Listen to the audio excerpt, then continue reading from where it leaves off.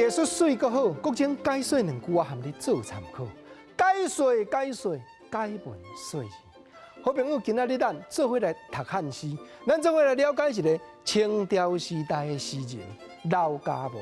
老家无当时是来台湾府咧做儒学教导，简单讲就是地方教育官员，爱眼看社会。包含治安问题，包含讲好野善政策的问题，伊拢总甲写作汉诗，写作海吟诗。今日咱做伙来听其中一首。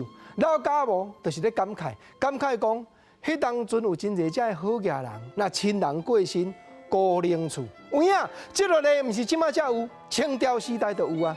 迄灵厝原来古甲画甲凋零刻风，所开销拢是几十万的钱银。结果火一个烧，嘛是无剩半项哩。老家无诗句安怎样写？咱来甲听看卖。见面四句诗，头一句讲：故空微10万钱，化为灰烬一堪怜。漂流多少佳人子，何处栖身觅一点？简单讲，诗句就是讲，咧顾这纸厝，顾这灵厝，开销较袂着，都数十万的钱银。好野人化为灰烬。火一个烧无剩半项，这讲起来也真值得人来感慨。为怎样安尼先讲？老家无诗内就是咧比评啥呢？比评讲有真侪遮的漂流，多少佳人子。佳人子白话就是讲做佳人啊！即马咱嘛知佳人啊，就鸟食，毋是。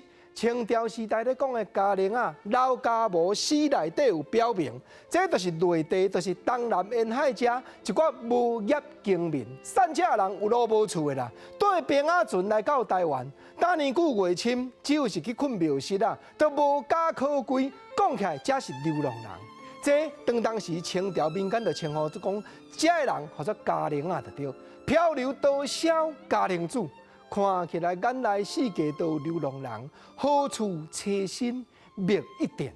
讲好嘢爬上天，安尼干那灵厝开去数十万的钱银，结果散车长寸铁，何处栖身觅一点？这个点里就是解说讲平凡人一般百姓所住的厝体，这个家人啊。无地去住，无地去居，四界流浪，毋则人讲做罗汉脚，因无地通去找一位来砍头，连一间民室仔厝都无地通住，结果比较好嘢，清朝时代善甲好嘢，政策遮尔济，这老家无的诗。海吟诗内底特别讲出来，这个情形，莫讲当时170年前。